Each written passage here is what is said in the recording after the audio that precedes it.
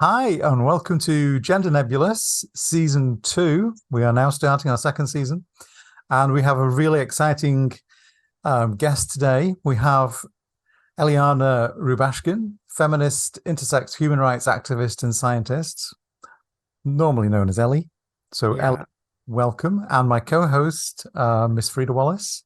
Right. Well, I've been speaking to Ellie a few times on Twitter, and we had a few conversations, and I was really I was horrified basically at the amount of abuse she was getting and the amount of just made up nonsense about it, because we know what happened in New Zealand, and we know, because that's obviously, I think that's how most of us got to know who Ellie was. But in reading more about Ellie, it just became more apparent why she took that action and what it was about. So I just really appreciate you taking the time to speak to us today, Ellie. So thank you. And so I think, you know, what's interesting to me is your story. I mean, you've got such an interesting kind of, I didn't even know there's an actual Wikipedia page about you before I actually, so is that correct? Actually, Is that information correct that's on there?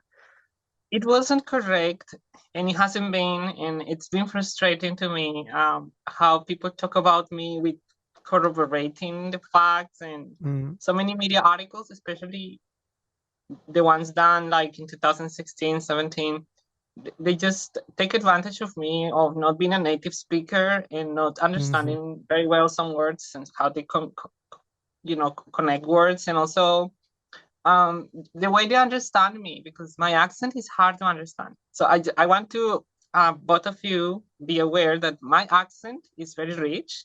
I'm not a native speaker. I do speak many languages. You speak brilliant English. I think my brain is clogged with sometimes being very eloquent when I speak in English, and sometimes the things I say are not understood right. You know, if I say 14, it sounds like 40, and then people hear the number 40 and say, "Oh, 40 lawyers have given provided help to Eliana," when it actually was 14, 1-4. Yeah, it was my accent. So I'm giving you an example of how media doesn't let me check my own, you know, when I communicate, because it's just my accent, you know. Well, there's a lot. Don't worry about that. We'll. Yeah, I was going to say there's a lot to talk about. So your story is really interesting. So, how did you end up living in New Zealand? Because like you were were you a asylum seeker at one point? Yeah. So I am a daughter of a refugee that was born to refugees, and I became myself a refugee. And if things go really bad, as they are going, but let's hope not, I will become twice of a refugee. So I will be 4 generations, including myself, twice a refugee. Because how I ended up in Colombia, it's a really long story that I don't want to go through like all that story. But in a nutshell, my mom was born in Ukraine 4 years after the Holocaust. Many family members died in the Holocaust. My great-grandma survived the Holocaust. She actually gave me in this treasure that I like to show to people. So this is a book of Torah. Wow. It's been desecrated, nearly burned. Actually, you can see the burn marks in the back. Yeah. It's a bit of a relic. Yeah. And this book survived my family, and actually this book has literally the blood of my family on it. Wow. Wow. This reminds me of something I'm interested in art and like relics, and there's an artist called Christian Boltanski. I don't know if you've heard of Boltanski. And he did a lot of work with photographs of people that fled Germany during the Holocaust and before that. And this reminds me of those things. Yeah, and this book is like more than 200 years old. So this book has survived a lot of anti-Semitism, especially anti-Semitism in the Russian Empire that's been one of the worst ones, because in the Russian Empire, my family experienced pogroms and you name it. And this is a little bit of me. So this is my mom, the little girl here. My great-grandma, she survived the Holocaust, and my grandma here. Right. Wow. And this is my mom with my grandma in the fields of Ukraine.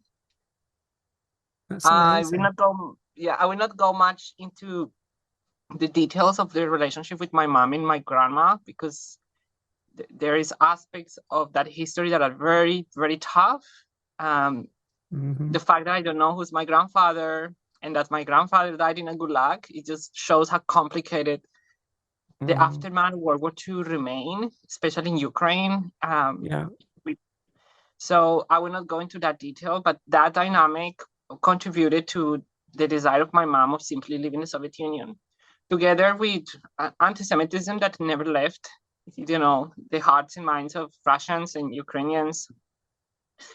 The type of anti-Semitism that will prevent Jewish people from accessing universities. So they would put quotas of 1% to Jews to access to be able to study in universities and so forth. So my mom mentioned that type of things. And in general, like, my family was always under the scrutiny of the state for that particular situation that gave a genesis to my mom, because my mom is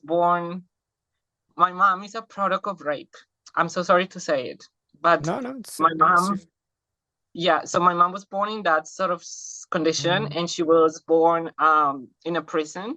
And as she was born in a prison, she was registered as a daughterless person. Like, she didn't have a mom, motherless. And then after she was in an orphanage after my great-grandparents took care of her.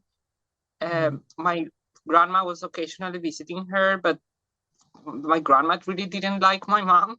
I guess there were some reasons that are, if you experience sexual violence, I think you will have. But it was obviously not fair with someone like my mom to have to deal with something that is not her responsibility. So my mom, despite of all of that, like, she grew up in the Soviet system. She did not speak Ukrainian at home, despite of my great-grandparents speaking Ukrainian and my grandma speaking Ukrainian, because my mom was in the midst of the Russification process, and when the Soviet Union was making Russian mandatory and other languages pretty much like eliminating them slowly. Like, Ukrainian has been in the elimination since, I think, the Russians have been trying to make empires. So my mom left the Soviet Union by marrying the father of my brother, and that's how she left the Soviet Union, because you couldn't really just escape the Soviet Union. Becoming a refugee from the Soviet Union was not an easy task, because it was totally close to the world. But when you marry someone, you are given that sort of right of keeping the family unit together, and then you are allowed to leave your country. So that's how in one way, I don't know if planned or not, because my mom really doesn't talk much about that, she managed to escape the Soviet Union. She left wherever she could take, and she ended up in Colombia. So that's like an amazing story. That's a book in itself, that story. And it reminds me a lot of the stories of people in Europe, and they're all displacement stories. Like, the story of Britain and the story of Europe is the story of immigration. It's the story of people fleeing war and trying to find a better place. And that's like, this is why these arguments you see in the British press about immigration all the time. It's like the whole thing is the old union, the old European Union, and in England and Britain is based on immigration. And these stories, like, there's so many stories that are untold because people just want to forget, because they're full of trauma. People are full of trauma from those times. Like, I know that from my own family. My mum will not talk about the things my grandma and my auntie experience, because she's been told not to talk about them. And the reason is because they want to get over it. They want to move on. They don't want to be rooted in that trauma. But the thing is, those are important stories to tell, because it explains why there is so much fracture in society now. Like, the way that it also explains the historical material reality of mine, because my mom, as a single mother, historically, we haven't been deprived from having any type of normal life like any other persons, being homeless most of our lives and having to struggle and live in misery as a result of the abandonment of the states. I mean, in general, as a state, as a figure that doesn't really look after single mothers. And it also reminds me like why you would take a strong reaction when you see actual Nazis on the street of Melbourne. You know, where have we ever seen that? They would never see that before. The emboldenedness of it, and it's like and some people play it down. They say it's performative. It's postmodern. It's not real. And it's like, yes, it is real, because the people that have those kind of memories, I mean, they're repeating the history of the 1920s and 30s by the book in a very, as they say, accelerated way. I do remember exactly how the Holocaust developed. I know it was just not all of a sudden. It required anti-Semitism just to be in the air, as it's always been and as it always will be. But I mean, in this country, even as late as the 1950s and 60s, you would see swastikas on walls, and it's like we have the National Front in this country. It's like it doesn't go away, and it takes a lot to fight it, because it's a kind of way of because people feel powerless, and those symbols have power. So I think sometimes I call that the sexual anxieties that the doctrines of patriarchy and even capitalism as a system that requires patriarchy. Actually, capitalism is just the evolution of patriarchy.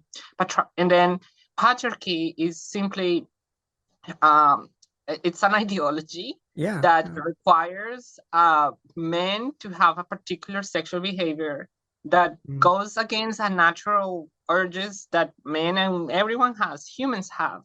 And that sort of causes anxiety, particularly in men that need to own things, houses, property, capital, and that's why they need to own a woman's bodies. And that's where the first oppression, I think, that's the main and first oppression that we are starting to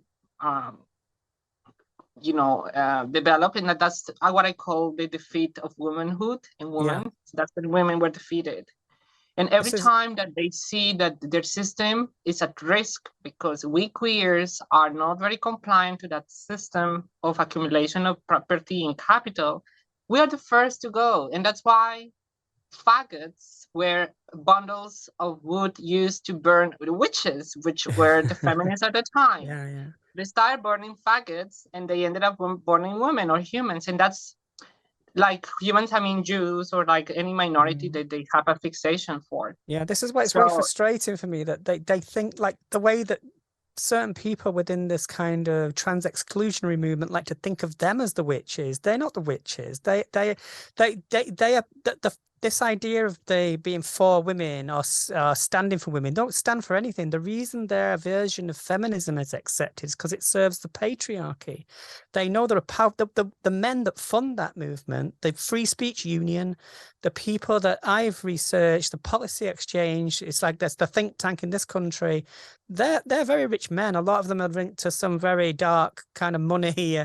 I mean, I don't really want to get into all that, but it's like it's the funding of it comes from very rich male patrons, and the reason they're willing to back somebody like Kellie Keen is because for example, Posie, the Nazi adjacent lady, she stated many times she's been funded by CPAC. She came to New Zealand with money from CPAC.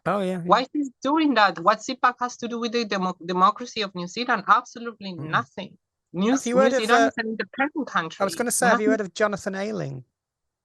No. He's like what you call a free speech advocate in New Zealand, and these are the right wing people that basically met Posie Parker when she came to New Zealand off the plane and basically escorted her around. And the reason she's useful to them is because she's like a recruitment tool, because I assume that they can see that they can bring women into a more right-wing way of thinking through her. And I think that's why it works. I think that's why it works for them. And it's powerful for them. So No, yeah. and thriving women has been always part of the struggle for women's liberation. The suffragettes back in the day have white women that were not considered black women. Yeah, yeah. Because in order just to be a woman, you needed to be a white woman. And this concept of purity, this concept of innocence that they want to constantly portray as like, we have to protect the purity and innocence of white women and children. Yeah, Okay? I mean, we see this all the time, don't they? Because they criticize trans women in the same way, because they'll say, oh, well, you know, why are you acting all sexual? How dare you be sexual? You know, how dare you show your body? It's like, well, you know, what are you trying to control there? What is this thing that you're frightened of? You know, and it's all this kind of. We call it degeneracy, and they always will call it that way. Fascism as an ideology. We could say that it was framed by, you know, in Italy, in you know, as a proper, you know, political ideology with the structure. But it's the spirit of fascism is always being when society is trying to understand itself differently. And those struggles have been always there, and they've been, in fact, every time that you see that the queers are being killed for being queers, even though in humanity and throughout history we've always been there, is when that anxiety, that this need to have as much labor as possible, because that's what serves capitalism, patriarchy, is just to have as an army of men suffering and destroying planet Earth. That's the main purpose of them. And they understand, that's why they want to make sure that abortion is not, you cannot access abortion, because they need laborers. They need to be able to exploit people. They need poor people, because this capitalism doesn't work if people are not poor. You need to have people in misery so you can have a life with luxury and with all this, you know, we know that very well. We understand that capitalism it goes against all of us, women, queers, and disabled people of color, and we are in the other end of the spectrum, and we are actually minorities that can be majority if we get together. And I think that's that they feel afraid. That's why they hate woke and all of that, because they know that we can be a bigger monster if we go together. Well, yeah, I was going to say, because it's Pride Month it's Pride Month all around the world at the moment, and you'll see these people saying groomers. Anything they see that they see as you know, LGBTQ. Now they say it's grooming, and that's linking it directly to kind of some kind of sexual misconduct and pedophilia, and they know what they're doing. And it's a fascist idea. It's the idea of degeneracy, the idea that there's the Untermensch. That's where it comes from. It's written into the fabric of fascism, and the fact that some people in the media can't see this. It's that old history repeating thing. So I know that I'm talking a lot, Vicky. You've not really said much. I was just going to say, if we go back to, you know, your bit of your journey, your background, Ellie. You know, because I forgot to mention that I was born with a condition that doctors call today partial androgen insensitivity syndrome. Yeah. So you were born in Bogotá in Colombia. Yeah, I was born in Bogotá, Colombia. When your mum moved over there from actually I want to show you something. So what year was that when you moved over? So you can even see here, because this is my mom's Soviet Union documents. It's a Soviet Union document. You can even see the face of Lenin in one of them. Yeah, wow. So what year did she move to Colombia? You can see. So she left on 1976 on August. Right. So that's when she arrived to Colombia. So she arrived to Colombia, and then she left. She was there for around 10 years before having me, because I was born in 1988. Yeah, I was going to say. Yeah, so she went to Colombia on her own. This is just before my mom left. So this is in Crimea, in Ukraine. Right. I think she was having some holidays with my brother, who's having that. And that's my mom. And the other kid, I have no idea who's that other kid. And that photo was taken in 1977, actually. So my mom left in the late 70s. because my brother was kind of like this age when she left. He was like 4 or 5 years old. The photo. Yeah, so my mom arrived to Colombia and her husband have abandoned her, which is very sad. And she really couldn't speak the language, and she couldn't go back to the Soviet Union's embassy to ask help. And she was really like homeless. So And how did your mum survive in Colombia? Probably didn't know the language. yeah, so that's what my mom is a warrior, and I really admire that woman because I mean, if it's difficult, because it was difficult for me when I went to Taiwan in the same sort of setting, but I did not have a kid to look after. Yeah. And at that time, my mom was not in the best relationship with my family. So she was completely on her own, completely alone and completely disconnected from the world, and living in a country that was in the middle of a civil war. And not just that, she was at the time when the peak of that civil war was like at the worst, which is the 80s. At the 80s, Colombia was just a whole mess because the cocaine, you know, markets starting to kind of be like cocaine became a thing. So and all that flow of money and all of that. Were you living in the favela areas? Yeah, so my mom lived in the favela areas, and she still does. So I just want to let you know that she still does. She still lives she's there. Happy. Yeah, and she's still happy. She loves where she lives because she created a community that looks after her. And my mom is a pediatrician. Wow. That's another thing, but she couldn't be for a really long time. Like for 15 or 20 years, she was not allowed to practice because it was a process for her. It was quite a process.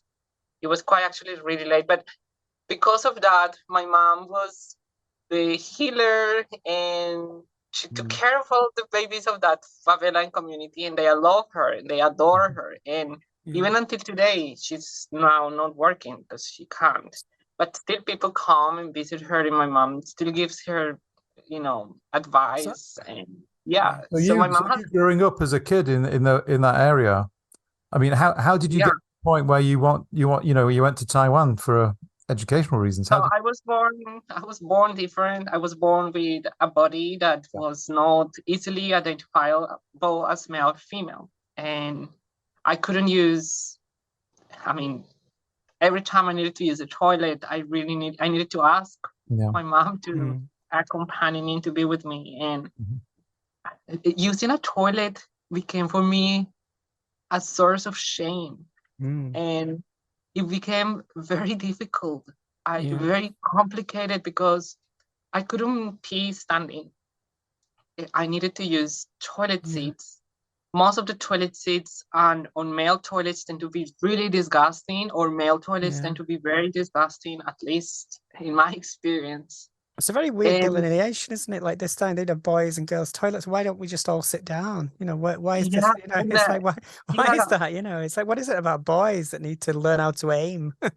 I really don't know, because so I had to first I would work out strategies not to drink too much liquid. So if I'm outside, I don't have to use a public toilet, because if I have to use a public toilet, I have to probably go to the female toilet.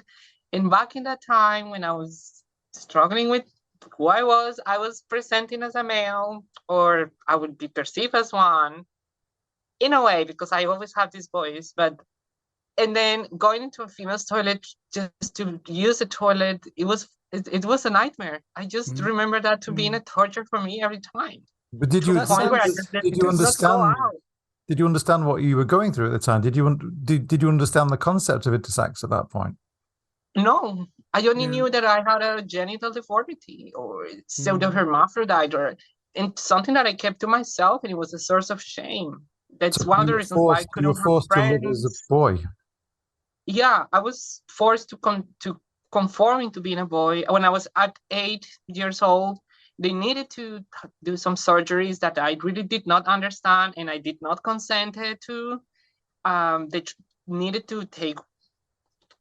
They removed one of my gonads because they couldn't be descended, and they said that they could develop into cancer or something like that. They didn't tell me exactly what they were doing. I think that's more They like the messed idea up of my body. they're like they don't want you to be in the middle. They want you to be one thing or the other. So it's like this Yeah, kind they of gave me testosterone and gendered forcing. kind of Yeah, thing. Yeah, yeah. So It's you like, had but no control over what was being done to you at that age, I would have thought. nothing, and it was very Yeah. horrible to feel that they were experimenting with me because it felt that way. And yeah. when they gave me testosterone, I remember the doctor saying, "Oh, we hope this is gonna help me to develop abnormal puberty and this and so forth." And then when I was 12, I started to develop this breast, and I started to develop like pretty much nothing. I couldn't develop any body hair. I just grew some hair on my face, some facial hair. I remember being able to grow at some point. But I just really couldn't feminize in any way or form. I have no body hair. This is one of the things that people cannot understand. I just can't develop any body hair. Like I am completely, I'm quite jealous of that. I don't have to shave. Sometimes I just have to pluck some hairs So you around here, see, but what's interesting to me, like in some cultures in the world, that would be celebrated. You know, there are certain cultures, like I know there are certain African tribes that used to do. in Like my culture, if the somebody, Chibcha people, I come from the Chibcha people, which is the Muisca. They were mostly genocided, but in my culture, where my father comes from, because my father sadly abandoned me after I was born. He was like, "I'm not gonna deal with a child that looks like that. That's none of my business." So but I know my mom tells me that my father was very indigenous looking, and he comes from a part of Colombia, of my area where I lived in the Cundinamarca area, where it was heavily, genetically, they have a very heavy component of indigenous. And after making a DNA test, I find out that I actually have their genes. I'm actually 25% indigenous, which you can't see. Yeah. And my people, we call our type of intersex Furatena people, and we were considered healers.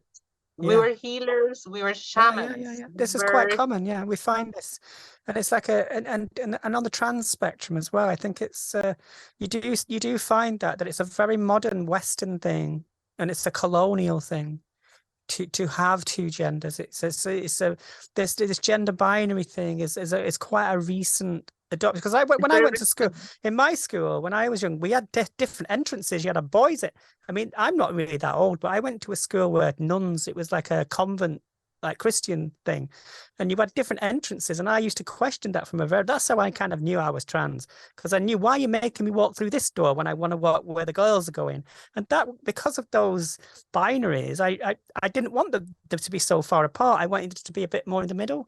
So because I recognized that, and I would ask those questions, I was ostracized for asking those questions, and that's when you know there's some kind of problem. It's not the problem within you, it's the problem from outside. And I think that's the thing. Like, this is what when people talk about gender affirming care, they're just talking about maybe meeting somebody in the middle, not transing them, not mutilating them. Like, why you just didn't leave me? Because to be honest with you, I would love to just live alone. Just leave me alone. Yeah. Let me figure out myself later on in life. Maybe when I'm in my 14s and my 15s, I will understand what is You're making me feel old, Ali. Yeah. I couldn't develop any idea of sexuality, of gender in a genuine manner, because I was so confused about my own body. Well, no one was helping me to understand myself. So for me, what LGBT people describes, it's different, because I felt it in a different manner. I actually sometimes even feel that all the harm in hormones that were given to me from like when I was 8 until 12 and onwards, in a way affected my psyche. And it maybe, contributed me to develop, this desire of becoming a woman. I don't know, because in my part of my life, when I was like in my teens, I would say 8 to 10, I do remember feeling I was a boy, but not the conventional one. Actually, I have a photo of my brother grooming me.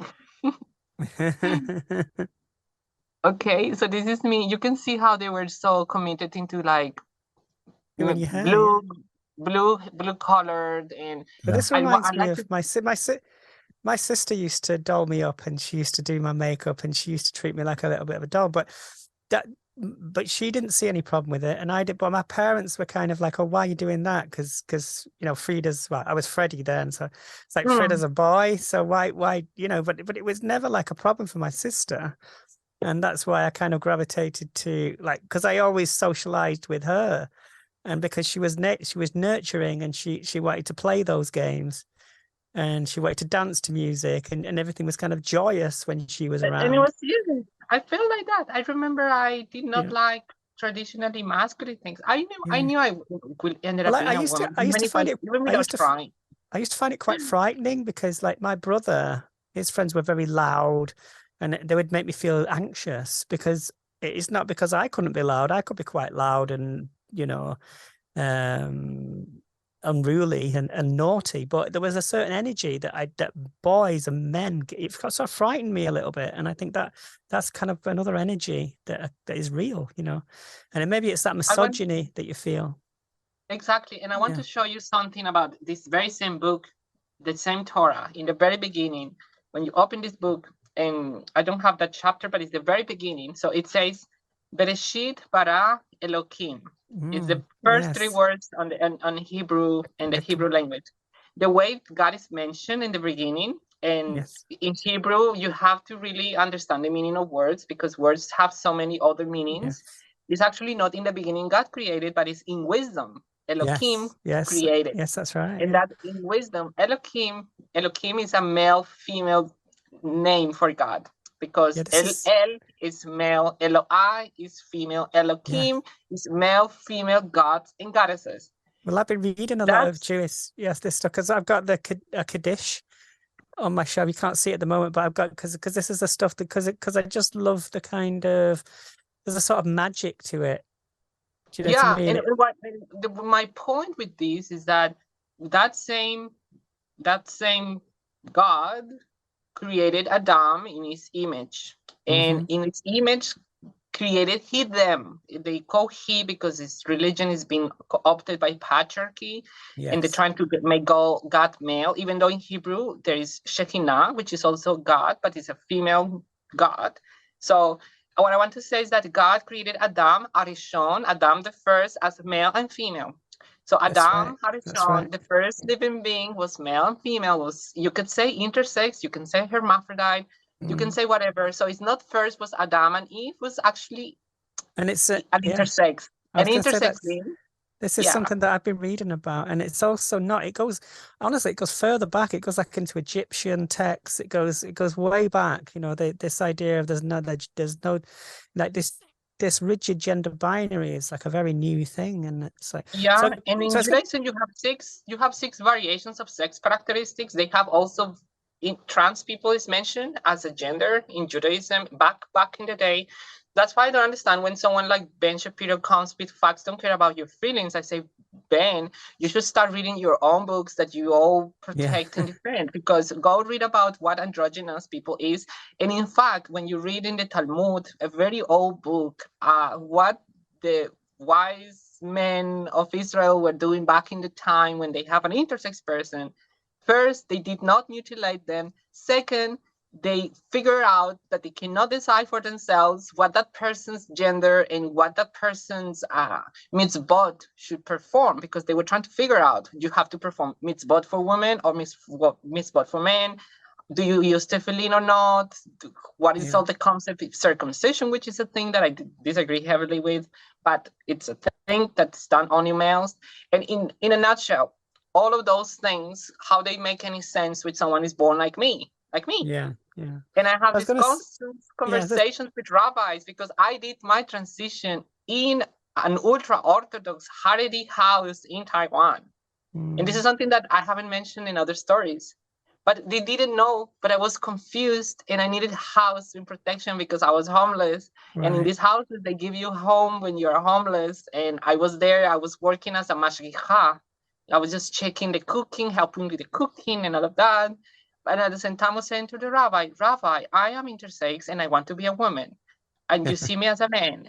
Can you? And I remember how confusing for the rabbi was to deal with someone like me. And he was frightened. He said, I never in my life had to deal with something so complex that I have no answers. But it's not really complex. It's no, but this is how he felt. Yeah. Because even in this religion, it's very binary. Even if the religion itself gives you clues of non-binary. I think that's because, is that not because the religion becomes politicized?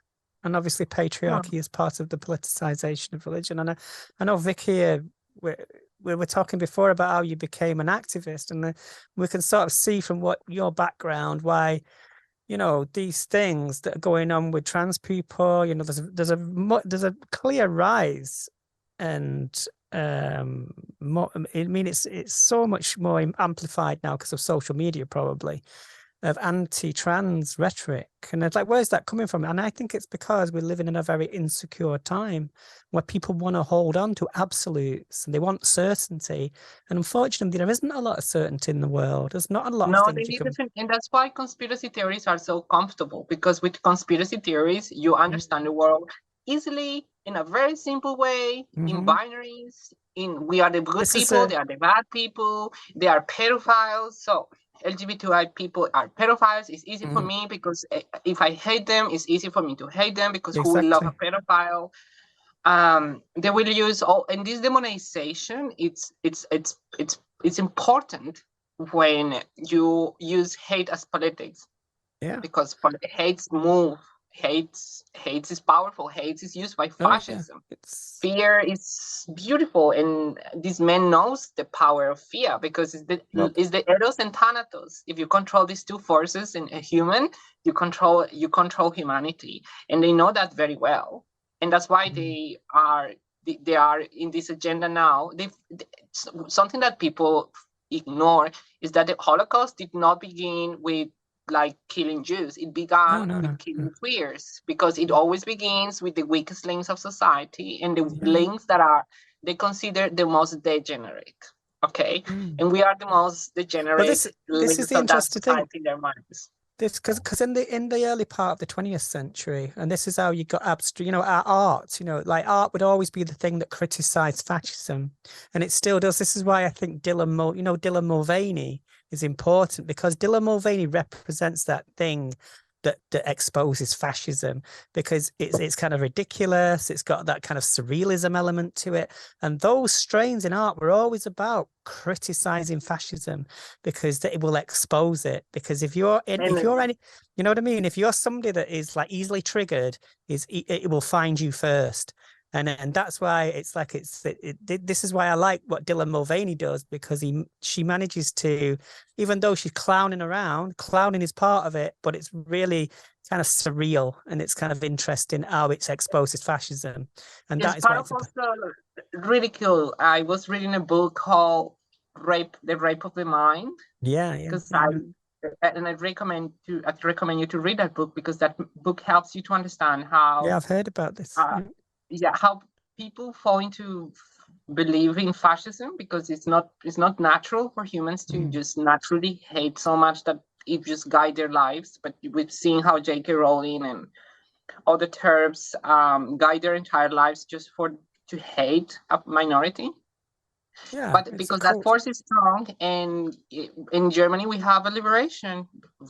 During Weimar Germany, it was not you cannot call that liberation, but we were kind of being free. And Hirschfeld, a Jewish bisexual doctor, starting to realize, look, nature is as colorful as we can imagine it, and sexuality is not any different. Like the same way we have different skin tones, heights, body shapes, body types, and genes and languages, our sexuality is as complex as any other part of the human identity. That's right. And Hirschfeld was one of the first victims of the Holocaust. And his institute the books that they took from that institute were talking about transgender healthcare. We're talking about intersex.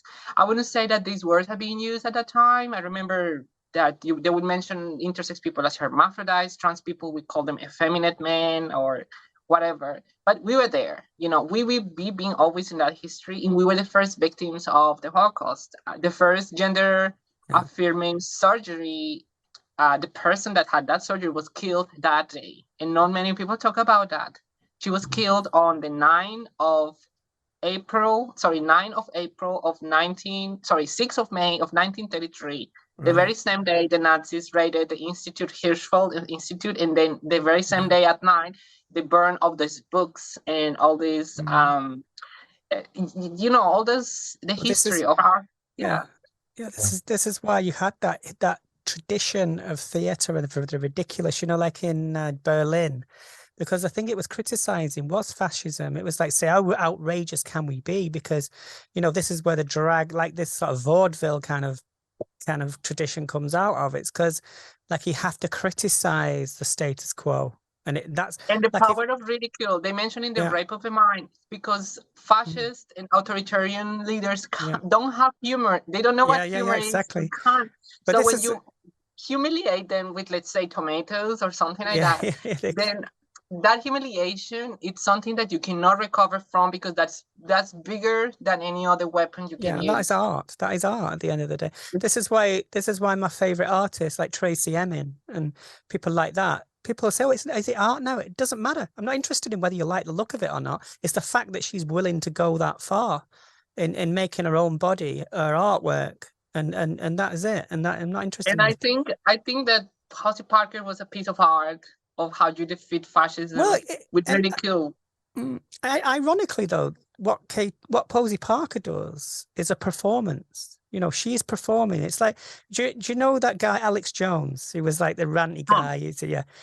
When she's doing a YouTube thing, she very much reminds me of Alex Jones, because she's got a little following of people, and it's kind of an endorphin rush. The people that watch it, they might not be fully on board with the conspiracy theories, but they enjoy to watch it because it's interesting watching somebody that is that manic. Do you know what I mean? And that is interesting, but it is a performance. But behind, like, this isn't me saying she isn't aligned to, what you say is fascist adjacent or whatever. I'm pretty sure she's funded by some very, fascist people. It's not. It's not. It's just because in Nazi ideology, women have no room or space. Yeah, exactly. Women are just handmaidens. So it's for me, it's hard to call a woman a Nazi. Yeah. But I know that Nazis. I know that females were very important. It's like Eva Braun was as irrelevant as you can imagine. We don't know anything about Eva Braun because politically she was nothing. She did not say anything. Exactly. But Posie Parker is like an Eva Braun, but with a political agenda that is very aligned. Yeah. Have you seen the series on Amazon called Hunters? It's got Al Pacino, and it's about Nazi hunters. It's really fascinating. It kind of touches on, it doesn't go into a lot of detail of what you said, but it touches on those ideas. And it's a kind of like Avengers kind of thing, but I really loved it because it kind of, the stuff that's happening now with TERFs and trans activists and stuff, it reminded me of that. And I think it's a very powerful message. Anyway, so I've gone off on a bit of a tangent to bring it back down a little bit. I was just going to say, Ellie, your journey when you went to Taiwan and then ended up in Hong Kong. I just talk about some of the kind of struggles that you had during that period, because I know it's kind of, I would say there's a lot of interesting things going on. But so Colombia was very difficult for me. It's my country and I love it deeply, and I love my country profoundly, but it's a country that is very unsafe for people like me, especially if you belong to a low class. Okay, because Colombia is stratified in classes, and I grew up I still consider myself low class, even though I don't live a low class life anymore in New Zealand. I just middle class, I would say. But right now I'm unemployed, so maybe I will go back to the low class. In a nutshell, that also, I was surrounded by violence in all forms, in ways that you cannot imagine. At some point, my city and my part of town had 1,000 homicides per week. So I'll just give you a context. So I saw the things that I will not describe because I don't want to. It's just too hardcore to describe things. But I was subjected as well to that violence. I was stabbed when I was 17. I was shot at, not me, but a group of trans people that we were outside, and we were in a bar. We were shot at. And after that, And after graduating, because I was just about to graduate as a chemist, I told myself I have to leave this country ASAP. I just can't. I really, and I was a very good student. I've always been a very good student, and I got a scholarship, and I did apply for many countries, but it just luck. It ended up being Taiwan, and I was like, okay, that's just different enough and far away enough. I just wanted to really start a new life. So you were going to go to there to do a PhD, were you? Was that what? Yeah. In public health, infectious diseases. So I wanted to focus on infectious diseases, which will be quite useful these days, by the way. So it's a shame I couldn't finish that, because I went to Taiwan.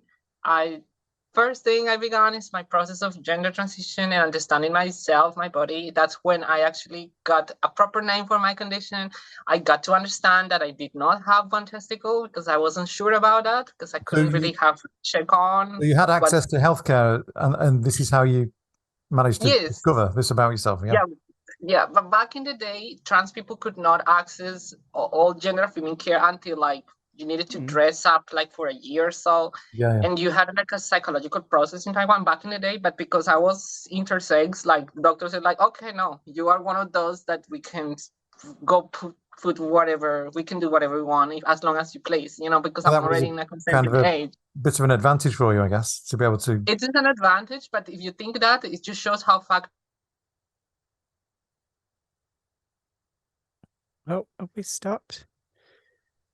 Meant to trans people, and that you have that desire to modify. The medical system is uncomfortable with you being intersex so much that they will offer you all these treatments, which are, if you want to have these treatments done, it's perfect for you. But I would say, why we don't use the resources that are these medical systems use on intersex people, mutilating them without their consent, and actually use those resources to give transgender people access to gender affirming care. Because I think you may balance the equation quite well. But this is just a thought I always have. When I was in Taiwan, I was studying, I was in this process of gender transitioning. I was also living in that Harvard house in Taipei, in a way, because I couldn't live there all the time, because it's a house that has people moving in, coming in, and it's very uncomfortable when you are transitioning, you're becoming more feminine, and to be in a ultra-Orthodox house, it's like not the right place to be, but I managed to navigate the complexities of doing that at the same time as I was transitioning. The problem I had is that when I started taking actual estrogen for the very first time, I realized that my body was very sensitive to estrogen. So that estrogen hypersensitivity showed up in only 3 months after transition. So your particular type of intersex is that you're very sensitive to estrogen, but you have a high resistance to testosterone. Is that? Exactly. And that's why when they were giving me testosterone, and they were giving me more testosterone than my body can even understand, my body naturally transformed it into estrogen. There is an enzyme called aromatase that is very sensitive in my case, which means that even if I'm forced to have testosterone, it would end up becoming estrogen. So either way, as you got the estrogen, the thing started to change really quickly, I would think. Exactly. Once you go right away into the estrogen part of it, then the process was so quick. I would like to show you how I used to look. I don't know where is my passport. I have it somewhere.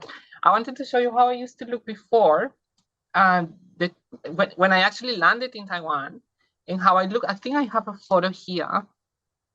This is when I was in Taiwan. I can see that.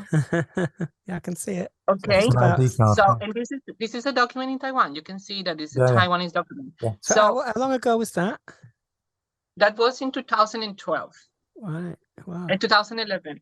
So I began my therapy, and my face really changed a lot. And because my appearance changed so much, my passport stopped being useful. Wow. And in Taiwan doesn't have relationships with Colombia because it's not a country. Colombia doesn't consider Colombia doesn't consider Taiwan a country. So I don't have ways to have diplomatic assistance as I am in stateless. So there's no embassy or anything. Exactly, and they could help me because I called many times to ministers of exterior affairs and multiple embassies said, like, please help me. I don't want to leave Taiwan knowing that my passport doesn't work as a document of ID. And the Taiwanese authorities are not letting me renew the next year of my scholarship because they say that I am not that person. And bureaucratically speaking, they need to make sure I am that person.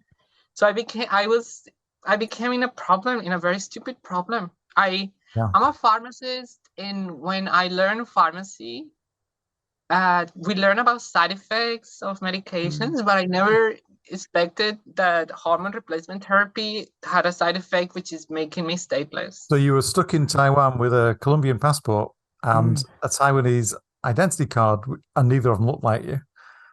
Yeah. Yeah. Wow. So then how did you get to Hong Kong? So funnily enough, they let me leave the country to a closer embassy, the closest embassy of Colombia, which was the Hong Kong consulate in Hong Kong. Yeah. And that's what I did. I went to Hong Kong. Once I landed in Hong Kong, I went just with like enough clothes for like 2 days. That's how I went. So your plan was to go to the embassy, get your passport updated, and then go back to Taiwan. Exactly. Yes, indeed. So you went from there to New Zealand? No. I got detained in the airport. I was abused by the immigration officers. I was placed naked for 8 hours in a cell. I was placed with other men. I was forced to use toilets in front of men. I was liable for deportation to Colombia. And I managed to find a way to contact a LGBT organization so they could take me out of the airport as I go to the United Nations High Commissioner for Refugees and request asylum so I don't get deported back to Colombia, because I'm already a woman. I already ran away from this violence from paramilitary forces that do social cleansings in my neighborhood. I couldn't come just back, because once you are deported back to your country, you cannot leave your country. So I was trapped. I was trapped in a catch-22, because the only way of living in Hong Kong is living, but in a legal way. And living legally means I have to apply for refugee status so I don't get deported. If I get deported, I ruin my life. So I applied for refugee status. It was a rather process. Because of what happened to me in the airport was known nationally. Everyone in Hong Kong knew what happened to me in the airport because I was very badly treated. Wow. And once did you have any recourse to that? Did you prosecute anybody, or did you just have to? I want to do it, but the thing is that right now Hong Kong is falling into full authoritarianism. The control of the CCP. How can I sue the state for what they did to me? Because yes, they detained me. I was forced to apply for asylum seeking. I lost my possibility of continuing with my PhD. I already had a big part of my thesis written. I was focusing on infections that happen within hospitals, which we call nosocomial infections, and how we can use systems thinking to prevent these infections from happening, especially in UCIs. So that was what I was focusing on. So you got stuck in Hong Kong. You couldn't return to Taiwan. No. You didn't want to go to Colombia. I was illegal. So I was illegal, and I want to show you these historic documents that I have with me. So I got this document, which is a refusal notice. Yeah. So I've been refused from landing in Hong Kong, and I came from Taipei. They don't call it Taiwan because it's, China relationships. So this person is being detained, and this person is liable for deportation for the notice. Then a lawyer allowed me to leave. Once the lawyer allowed me to leave, I applied for a refugee status, but then I was illegal because they kept my passport. And in order to apply for refugee status, avoid deportation, in October 2012, I have to resign my citizenship and get a laissez-passer passport. And that's how I became stateless. After I did that. So you've been through a hell of a lot. So you became stateless. You were stateless in Hong Kong. Yeah, stateless and also homeless. I had to sleep in shelters. I was brutally raped in Yeah. one of the shelters I was stayed. Yeah, and So can I yeah. just ask you Yeah. how you got to New Zealand and how long you've been in New Zealand? But just before we talk about that, so I read that you became the first intersex person who was legally recognized as a woman by the UN. Yeah, I wanted to show that document. First in the world. Yeah, so there it is. So There's the UN this paper. is the document. That's an historical document right there. Yeah. So I see So is that Chinese at the top? Yeah, it is the UNHCR office in Beijing. Wow, that's amazing. So this is the Beijing's office for Hong Kong. That office was shut down, by the way. And this is a letter from That's the Geneva. document that gives you your gender status today, I guess. So this the United Nations recognizes my previous name as female. Yeah. Wow. And I think this is the first time something like that happened in the UN's history, because UN, amazing, and it's a very rare thing. It's everything you've told us. I don't think I've ever spoken to somebody that's been through so much. Yeah, and then such a short space of time. But then from Hong Kong, you had to get yourself over to New Zealand. So did you have to apply for refugee status? No. After I was raped and I was in hospital for 3 weeks, they make an emergency claim that my resettlement was required urgently, because only 1% of refugees get resettled. And I was in a very likely risk of never being resettled and being stuck forever in Hong Kong.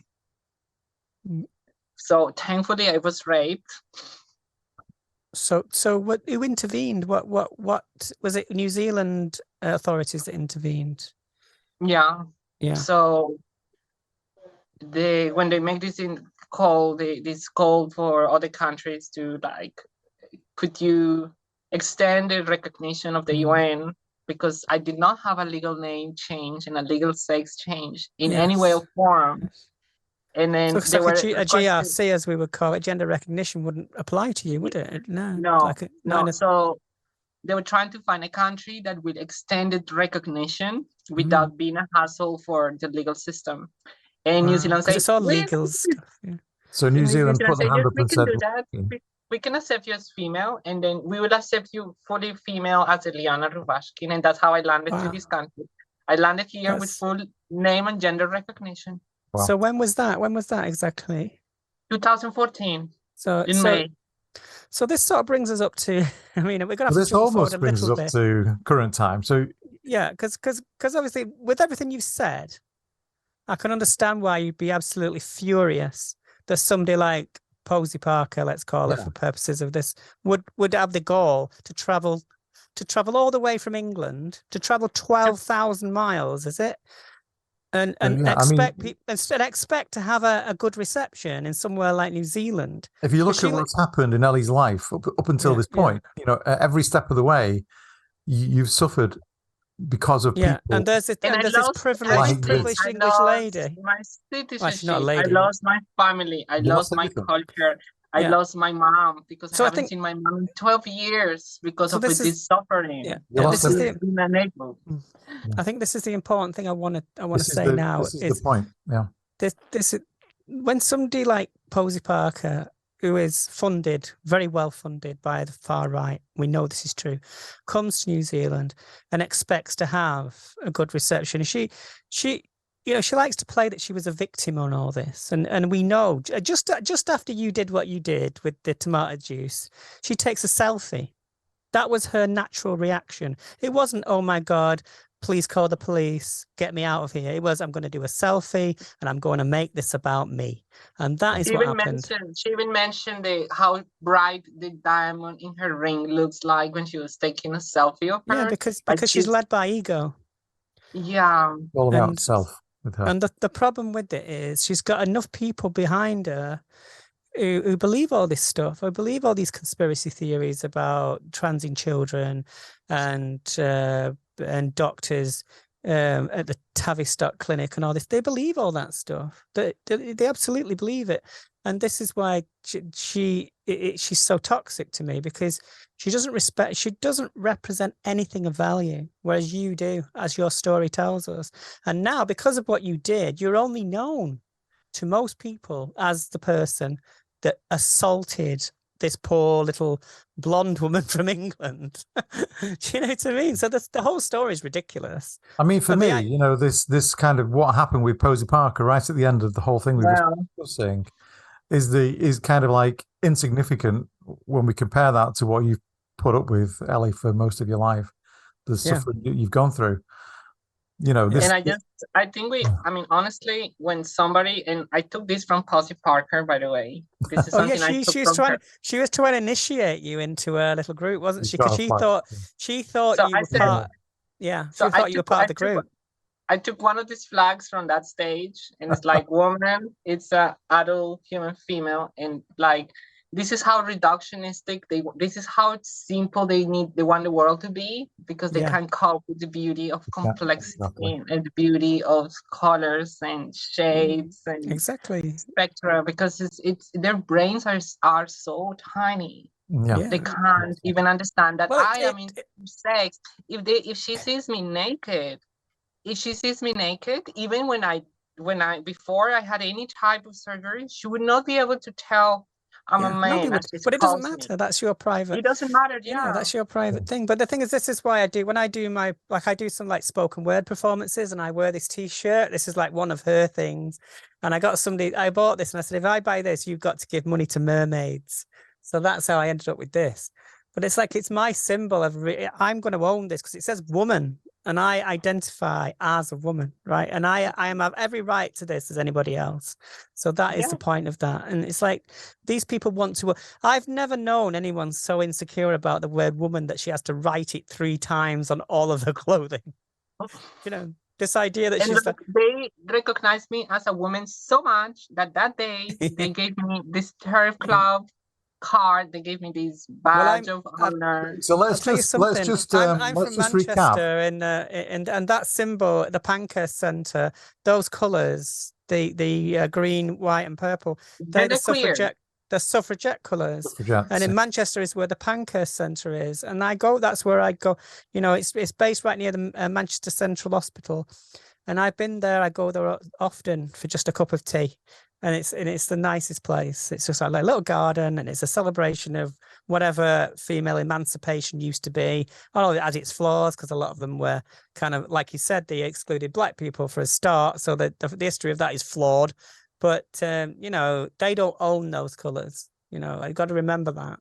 Nobody owns any flags, to be honest. But before we kind of do the recap and talk about what happened on the day with Posie Parker, you know, the lead up to that, what happened on the day and what happened afterwards. Did you eventually get your New Zealand citizenship after you've been in the country for a few years? I would assume. Because I was stateless, I couldn't leave the country, and I was with a laissez-passer type of UN passport that New Zealand gives you, which is like a blue passport, which you cannot really use to travel anywhere. You can't even go to Australia. And I applied for a review of citizenship based on my exceptional circumstances. At that time, it was a national party in power, and the Ministry of Internal Affairs said, no, your situation is not exceptional. So I got denied citizenship twice. Wow. Until Jacinda Ardern won the elections. And Jacinda Ardern, a month after she took power, she offered me the citizenship. Yeah. Wow. There's a real reason why people hate her, isn't there? Because she's a very progressive leader. She's a woman. That's the reason. I mean, if she would be a man, she would not be getting the hate she's getting. It's just because she's a woman. She's one of the politicians that has been the most hated politician in New Zealand history. Oh, yeah. Because the misogynist, Nazis, men, and all this far right, they are so misogynist, and they have the perfect skills, and they always need a female face to hate. And Jacinda is just the perfect face for them to hate. Jacinda is hated internationally, but I think the love that people have for Jacinda is way bigger than the hate she has, because it's one of the most amazing leaders we ever had. Yeah, it's just yeah. You do find that. I mean, it's like Angela Merkel in Germany. She led the way for the self-ID laws that are about to come in Germany, and you're seeing it. There's like a lot of pushback in Europe at the moment. A lot of Europe is going to the right, you know, and it's really worrying. And it's this authoritarianism is on the rise, and I think this whole it's just a part of the it's a turf thing is cycle. part of that. Yeah, it's misogyny. You know, it's recycled misogyny. I feel like so, you know, even once you'd got yourself into New Zealand and you've been accepted, it still took you 3 attempts to get your citizenship. So now, it was in 2018 where I got my citizenship finally, and it's not something they can take away from me because these people are that's the only one trying. you've got now, right? You probably don't have your Colombian one anymore. Yeah, and I haven't spoken about that because we will get there, but these people are trying to remove my citizenship, trying to deport me to Colombia. I can see what they talk on social media, and they're like, we have to review her refugee application. You know, these people don't even know how the law works. They don't understand how the refugee system works because they don't care about refugees. They never cared for refugees. So they don't understand how stupid their claims are. You cannot just do that. You know, the refugee system is a complex ecosystem. It's a very complex system. It is so complex that the last resort people use to migrate to another country because it's so horrible. I lived in a refugee camp. Refugee camp life is not nice. It's as bad as you can imagine, especially if you are a different person. If you are trans, it's a nightmare. If you're intersex, you're a woman. It's horrible. It's horrible. It's horrible. It's sexual violence and it's misery. We see that a lot in England at the moment. You know, we're always the news is always about migrants. The news is always about trans people. The news is always about, you know, there's always some threat. You know, some kind of nebulous threat that you know nobody really understands it, but certain people can use it to gain power and sway people's votes. You know, and it's very powerful. People can be very easily. People can, like when you live on a little island like we do, the idea that the invasion narrative is very powerful, and it's not just an invasion of coming from abroad, it's an invasion of coming into your life. It's like part of the psyche. So like this idea that trans people are invading sports or trans people it's like complete nonsense, because there's just, even if we wanted to invade, there's not enough of us. No. And we won't be many, and it's like left-handed people that we were suppressing people that were left-handed. We can't even understand why you are left-handed and right-handed. We just don't know. And we were suppressing it. I remember when I was growing up in Colombia that I remember other kids being forced to be right-handed. I remember that. So now that you are accepting that some people are right-handed and left-handed, then naturally the number of left-handed people will look like it's increasing. But it's just because people are not being oppressed. I was going to say, Vicky, do you and Ali, do you think that because we've had like a very long period of progression where we've had acceptance, we've had more acceptance of LGBTQ, and I think there's this kind of pushback point now. Like there are people that feel threatened by it because, like on social media. And especially, and this is kind of where it plays out, there are people honestly kind of exposed to things that they perhaps would never have looked at. They would have never have known about, so it wouldn't have affected them. But it feels like for some people, they feel, oh, why do we have to look at this? Why am I exposed to Dylan Mulvaney? Why am I exposed to Pride? But it's not because there's more of it. It's just because of the constant, you know, there's like this constant TikTok scroll of everything that is so fast now. Yeah, I mean, you know, it's only in the past few years that we've really seen the explosion of social media. Yeah, and I think this is part of it. A huge part of it, doesn't it? I mean, yeah. So there's this kind of. But we had memes back in the day. We have caricatures that were like, I would say, caricaturing queer people and also Jews back in Nazi Germany. If you see the caricatures using, they're not very different from today. To be honest with you, I feel like these fascists are using the same strategy. Exactly they are not being innovative at all. I was thinking that the next rise of fascism is going to be AI assisted. It's kind of because I've been getting photos, AI generated images of me with being mutilated or cut or with knives on my neck or raped, and I've been getting very explicit images. I do want to say, like, sometimes in conversations, like when I'm in, this is when you're having a conversations with TERFs and they're having to go, I've used GTP to answer them, so I'll put what they've said into chat and then just reply with a bit of what the chat, and it's uncanny because all the responses are the kind of things that come at you from Twitter could be AI, because they're so repetitive and they're from a very specific set of arguments. They're always seem to be about sports, about single-sex spaces, about prisons, and they're a very specific kind of argument, and it's almost as if there is an algorithm generating it, and that's kind of a paranoia in my mind. Perhaps there is an office somewhere. And it is because It's generating this stuff.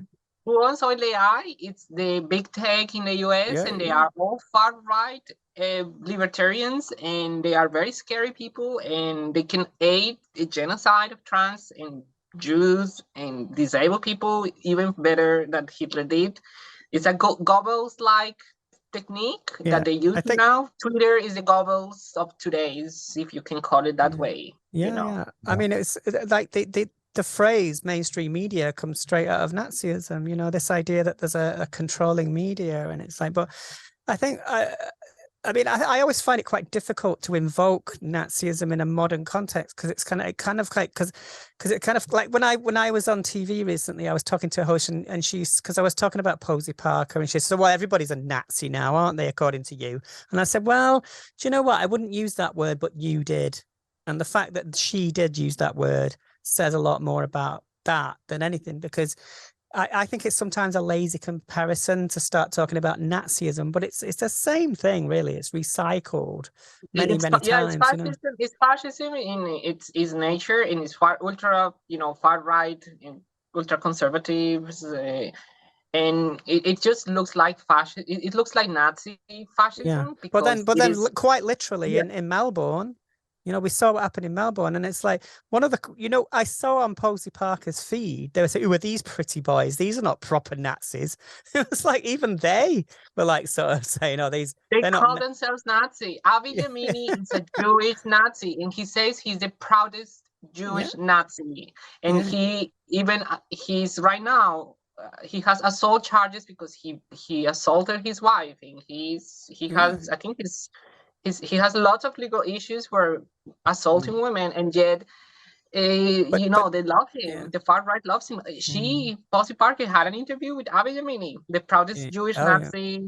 I mean, Posie Parker she's had many interviews with many people when she did the whole Australian tour that are on the extreme right. And when women did want to speak, the women that want to challenge her just get carted off. And I can't remember who it was now. There was a senator, and Lydia Thorpe. She was an indigenous.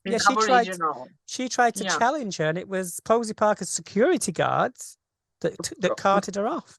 I mean, if that doesn't tell you something about the kind of, this is not a women's rights movement. This is not a feminist movement. This is an authoritarian, Puritanist movement. It's like people talk a lot about Margaret Atwood. They call people handmaidens who support trans people, but they must understand Atwood, because this is the world Atwood predicted, and it's when the women turn on each other. It's like when the women become the fascists, and this is what is happening, and it's really sad to see. And I think it comes out of trauma. A lot of those women that do turn up for Kellie Keen's rallies will have personal trauma. They will have suffered at the hands of men. Yeah, and they're looking for something. Yeah, they're looking for something. It's called The Right-Wing Woman, the book that Angela Dorkin, and because I heard about that book thanks to ContraPoint's video on the witch trials of J.K. Rowling. Yeah, that's really good. And that book describes how, it's the reason why these women are so devoted into this ideology is because they don't see that as women they have other value than the reproductive organs that makes humanity, brings babies to the world.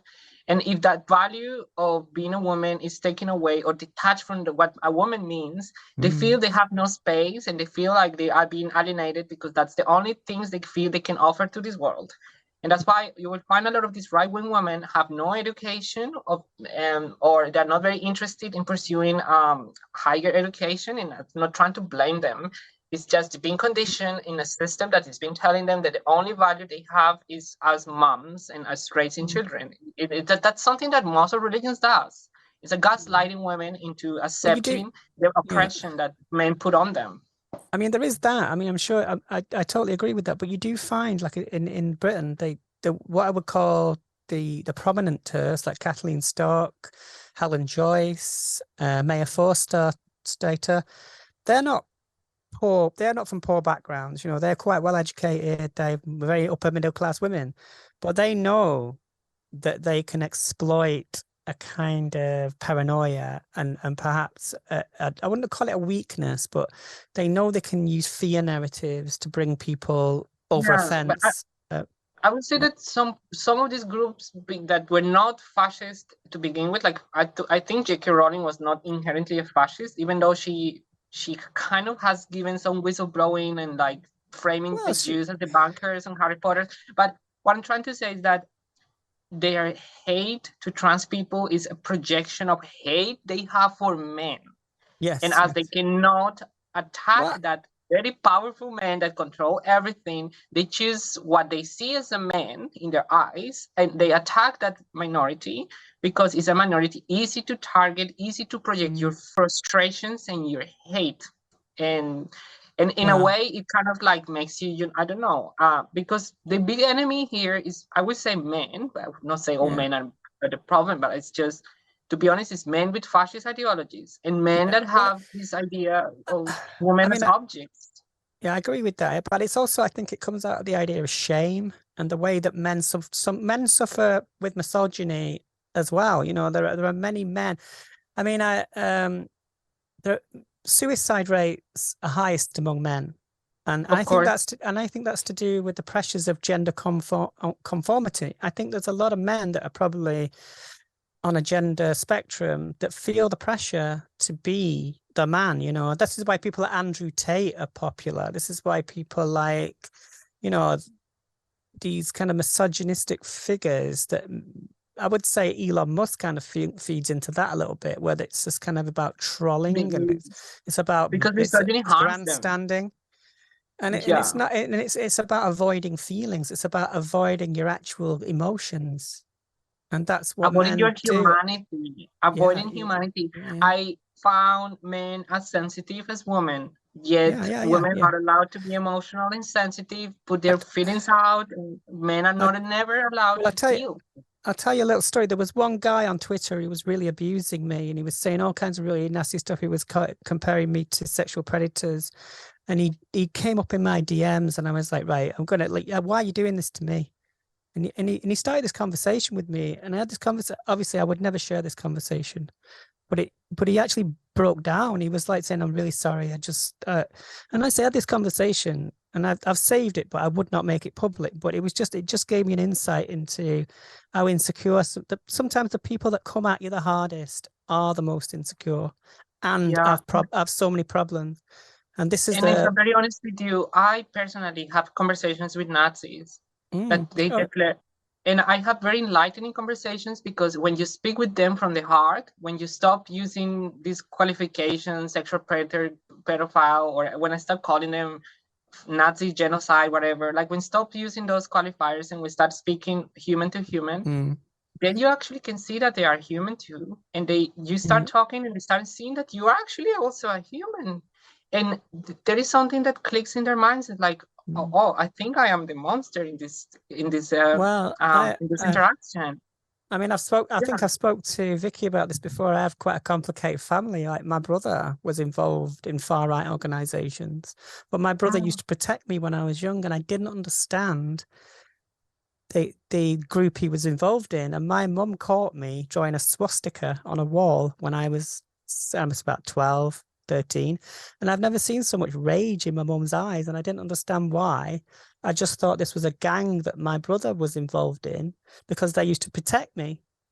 So that was like, but I was not allowed to speak to him for many years, you know, and that was like something that was real in my life because he's my brother, you know. So it's really hard for me to understand the guy that protected me was also a bully. He used to harm other people, but protect me. Do you know what I mean? That's a kind of schism, you know. And it's part of this masculine, toxic narrative of protection.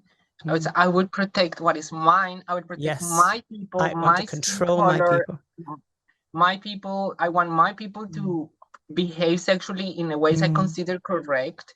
And that's what is all fascism all about. That's why the degeneracy conversation is so important for them.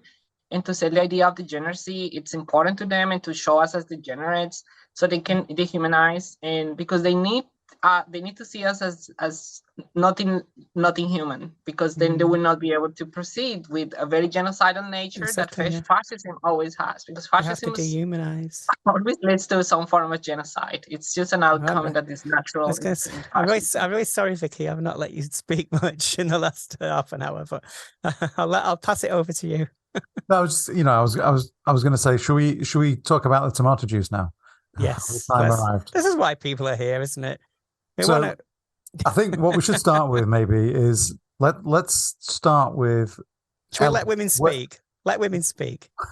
When did you first become aware of Posie Parker was coming to your town? I mean, had you been following what she was doing?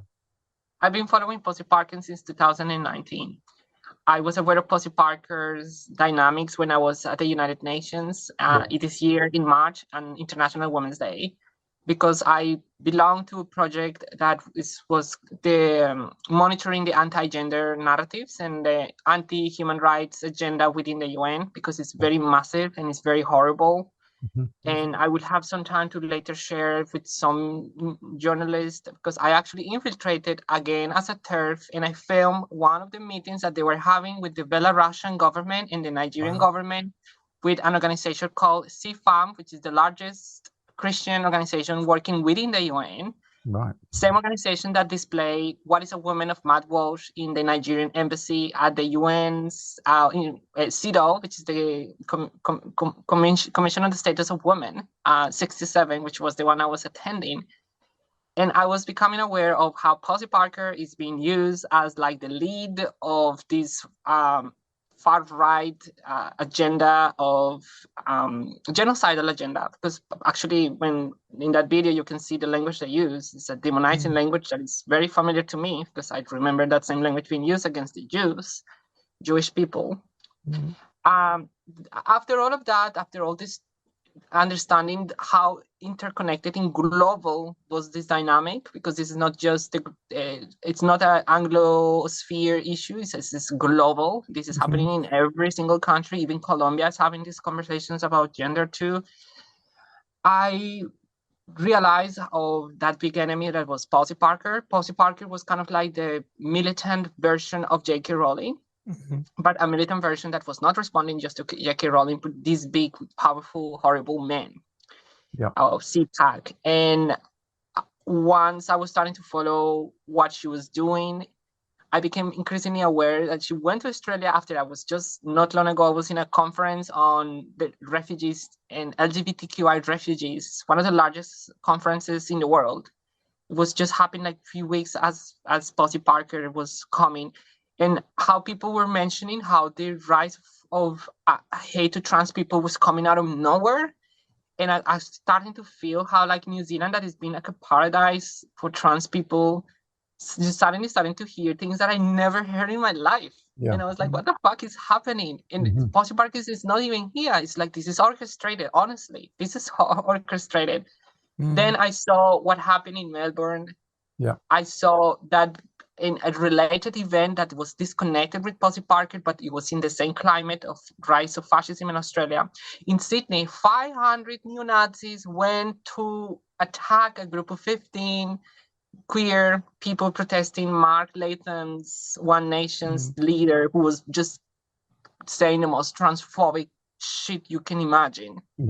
And these people all in black shirts went out, and if it's not because the police created like a circle around them, honestly they will kill them, because there were so much violence that day. There were so many people with broken faces, bones, and it was so horrible what happened that day. I saw that almost live. I say, I can't believe this book that survived pogroms is going to be challenged again with the same type of pogrom nature that my family had to run away from. And it's happening just next door. And the person that is making that possible is fucking coming to New Zealand. I was Yeah. desperate. I was, no, I can't, I don't, and I will Was not let this woman. there a movement of trans activists around you, or did you feel like you were alone in this? No. This is something that came out that day before. I was desperate, and I made this video crying. That video that they portray as I did after the revolution, actually I did it before. I wanted to feel myself. I wanted to show how I was feeling before, because I knew this is gonna cause some media attention, not as bad as I was expecting, but and then it's like I have to do something. I remember reading that book, Rape of the Mind, and I remember reading in that book a part in which they say that authoritarians can't deal with humiliation and humor. So I decided to choose the most funny way of humiliating a Nazi in the less violent way possible, which was just tomato juice. Tomato juice. Yeah. Just came, and it was my mom's favorite It's drink. Bloody Mary. It connects me with the my color mom. of the My mom mortar. loves tomato juice. And tomatoes are from Latin America, and tomatoes are non-binary because they are vegetables and they are fruits, and they also hermaphroditic. I love Because that. they are hermaphroditic, so they are intersex and non-binary, Yeah. and they represent the story of colonialism, because tomatoes were taken from my land to become part of national recipes, pizzas, you name it. Yeah. Just to show the world how our history is shaped by our actions, and even colonialism is still affecting us. They colonize our bodies and our identities. We, intersex trans people, have existed across the history everywhere. We are Idras in India, and we've been thousands of years in India. We were androgynous in the Bible, even though Christians will ignore that because it's inconvenient and it's hard for them to understand that. We were Muches in the Aztecs in Mexico. We were Furutena people in the tribes of my land in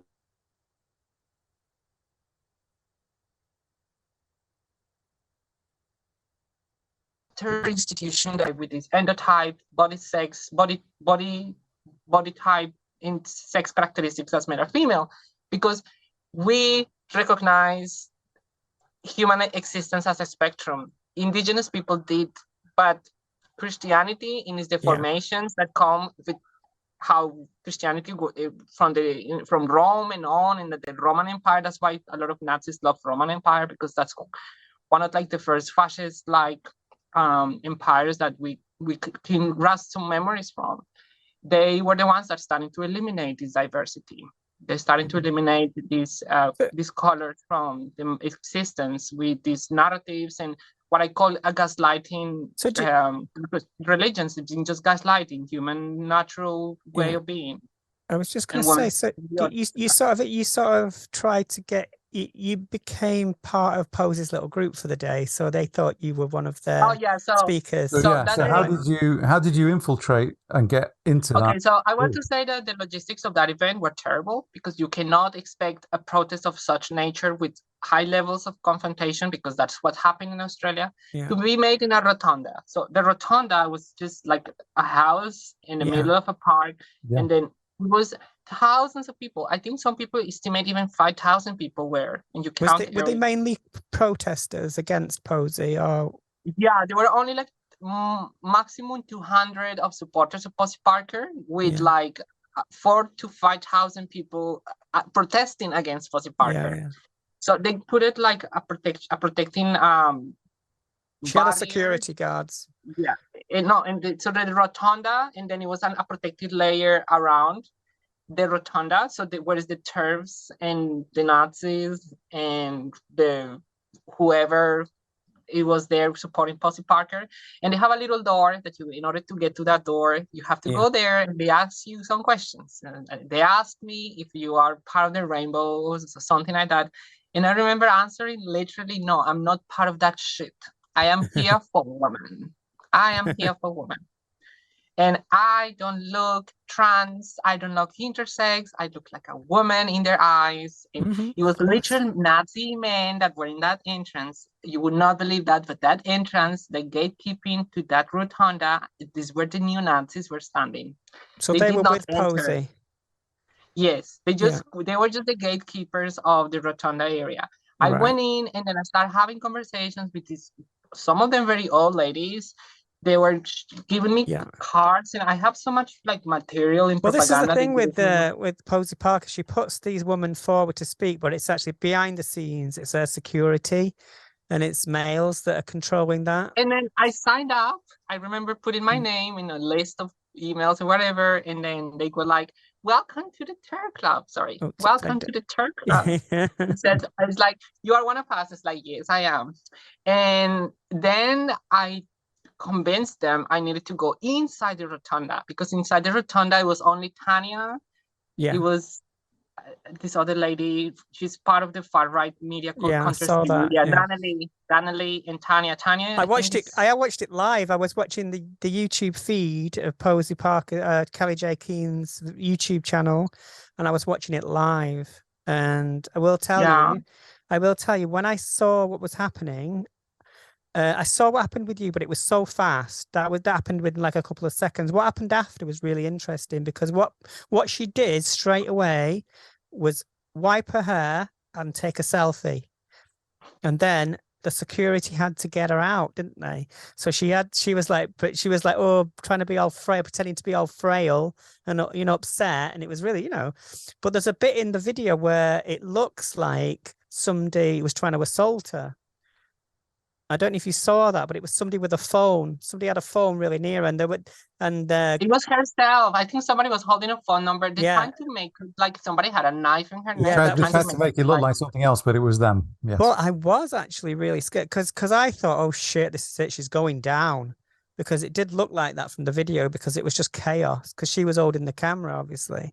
And I thought, really, if this goes, because she was among a crowd of people that just don't want she just should not have been there. You know, if that security team should have just not advised her to do it. You know what is funny, Freda, that all the queer organizations of New Zealand sue the government. It's such a long file that they filed in the court, asking to prevent her from coming to New Zealand. The government did not prevent her from coming to New Zealand because freedom of speech. Yes, freedom of speech. Because they did not believe that she was all these things that we were trying to explain, that all this evidence on how the ties that she has with the far right and neo-Nazis, and what even they ignore what happened in Australia. I think that what happened in Australia was such a shocking thing that like people didn't really remember. Within all this, like they always try and portray the trans rights activists are violent, and yes, violence does happen at protests. But the point is that she's travelled all that way, and she's been funded to travel all that way. She organised that event. She should take responsibility for what happens there, because she organised it. You know, she is the curator of her own chaos. And if somebody like you, I think you're in your rights to protest, you can't turn around and then say, oh my God, I'm the victim, because you created that stage for that to happen. If somebody put Jews on me, I would be able to continue speaking. I don't think Jews is but it wasn't that. It was the fact that there were so many people there that were just obviously not going to take it. And to be honest with you, that's why I regret the action, because if I'm very honest with you, I think the traumatic Jews may not be that necessary, because the people were already very pissed with she being around. And the outcome was going to link to that. So was your plan to actually speak as well? Is that why you went to the inner circle? I managed to speak, and I needed to communicate the symbology behind the tomato juice representing the blood of trans people, because her words are actually killing us as we speak. There is many people. You did the right thing. I'm not trying to justify my action. I just really hate violence. No, so your intention was to stop her from speaking. That's what I wanted. I just wanted. I didn't even want a single word from her mouth. There was a meeting recently that she organised in Birmingham, in England, and there's a young non-binary person infiltrated, And as soon as they see somebody do that, I think it happened in Australia as well. There was a person that came forward and actually tried to counter the argument. And as soon as that happens, they just drag that person out, because the one thing they don't want is a challenge to their narrative. Now, I've been on TV. Because they say the debate. What about the debate? Yeah, well, Just have the debate. I would like to have a debate with Posie Parker. I would love to. I've been booked to be in a discussion with her on TV, and she cancelled. Now, I don't know if that was because of me or whatever, but when I was fully up for that debate, I don't consider it a debate. I just consider it calling out, because this is not a debate about whether trans people are valid. This is about challenging her story, because we know that it's duplicitous.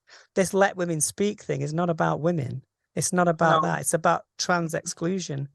And she's been very useful for people like Maya Forstater and Helen Joyce. Agenda, because Posie Parker is just going to be useful once trans people is gone from the face of Earth. Then Posie Parker will not be needed anymore. What I saw happen over here, sorry to keep going on, Vicky, but they doubled down over here, and they were trying to say, oh, they're comparing her to Nazis. It's not fair. As soon as a woman speaks out, she's castigated and all this. No, that's not what happened. A group of people quite rightly protested because they've worked out that she is aligned to fascism, and there's no getting away from that. And there are certain people now that are distancing themselves from Posie Parker, but they're still on board with it. Not J.K. Rowling, by the way. No. It's interesting that she did support it, and she does. But then again, I don't like to talk about the wizard lady too much, because she's irrelevant. And to be honest with you, you're right. We should ignore that she even exists in our lives. She's just not case, and she's lost. What was the immediate reaction after? The juice was poured. What was the immediate reaction, for yourself, and what happened to you after that moment? I remember that when as she was turning away because she was hugging Tanya, and I poured the juice as she was hugging Tanya. I remember she opened her mouth. I remember that action. I don't think she filmed herself, and it looked funny because liquid came into her mouth, and so she could taste it, and that's why she classifies it as soup. And right after, this big man took me and put me on the side, and I just slept because the floor was wet with juice, so it's slippery. I saw that. And then this guy, I think I saw the video later on, because I'm trying to understand why I was so bruised, because I was very bruised after all this incident. A woman came, started dropping liquids on me, like against revenge, and then she beat me on like that in my ear. I remember because my glasses, this kind of connection, so this part was very sore. It was sore for some days, and as they were taking me down out of that place, I fall over. And I scratched my leg, and I bruised my feet, and my jandals got broken. So my jandal got broken that day. And this guy was stepping on me. One of the guys that was in the other side, because the guy also attacked me. I think in the video they show another person also attacking me physically. And then I fall down, and then when I was fall down, somebody was stepping on me. So, and I had bruises all over. But you know what? I don't complain about this, and I don't want even to lay charges to these people, because to be honest with you, it's a risk I took when I did the juice. I knew I was going to say, did the police handle you straight away, or did the police come for you later? No, the police came 2 days after, but they came a day after. As these people, these new Nazis, trying to enter to my house in Auckland. Wow. Yeah, with my apartment. Did you have to sort of? So it was kind of 2 days after. I was just thinking, okay, Posie Parker left, things are gonna calm down, everything's fine. I was wrong. I was completely wrong, because just 2 days after, my flatmate told me there are these people with black clothes trying to jump into our balcony. What can we do out? And then she went out, and then they started to engage with her. They started to talk to her, and these bastards recognize her. Mm. And after that, I just make call for help with my social networks, and they said you need to get out of Auckland because these people are trying to chase you. It's not for good. And that's how I started moving all over the country.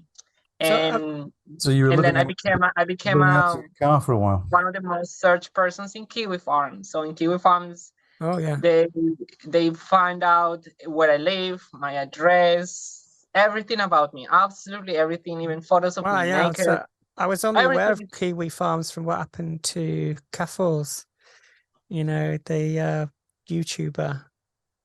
I'm not even Yeah, aware. so I was Kiwi Farmed, which is the worst thing that can happen to you because the people in Kiwi Farm are obsessed and they don't have nothing else to do, and they were trying to destroy your life, and they were trying to dox you, identify you. So, and I was doxed all over the country. I was in Queenstown. I nearly get killed in Queenstown's Lake, which is a city in the South Island, because they identify where I was, and what happened that day is hard for me to recall exactly everything that happened. I'm trying to still figure out with police how we can take cameras and CCTVs to find out who wanted to harm me that day. I ended up in hospital. After I was in hospital, a guy from Dunedin, a very known person, because he ran for the elections, came to pick me up. And I was with him for some time. He was protecting me. He's part of these anti-fascist networks. Unfortunately, he was shot after I was with him in his car. He was shot in his car. And after the shooting, I needed to escape, and I left Dunedin. So this is serious stuff, you know. Yeah, so he was shot. Some people I didn't know say about this. Yeah, nobody knows about that because police are investigating. They haven't been able to capture the person who shot my friend. Yeah. And we don't know with total certainty how connected that is with me, my situation, but this person has never been shot. And actually, political assassinations in New Zealand are not really a thing. That's in Colombia, I think, but not in New Zealand. Yeah. So that's something that we will have some time to figure out. But that led me to leave Dunedin, and I drove. You see, this is why it's so dangerous. You see, because people who defend Posie Parker, Kellie-Jay Keen, whatever she's calling herself this week. The people that defend her say, "Oh, she's just one woman standing up for," but it's not. It's a network, and it's a very kind of insidious network of and then my friends are starting to be affected. My other friend, and she was in a protest as well. I was with her when I came back to Auckland at some point after I was in the South Island, and when I was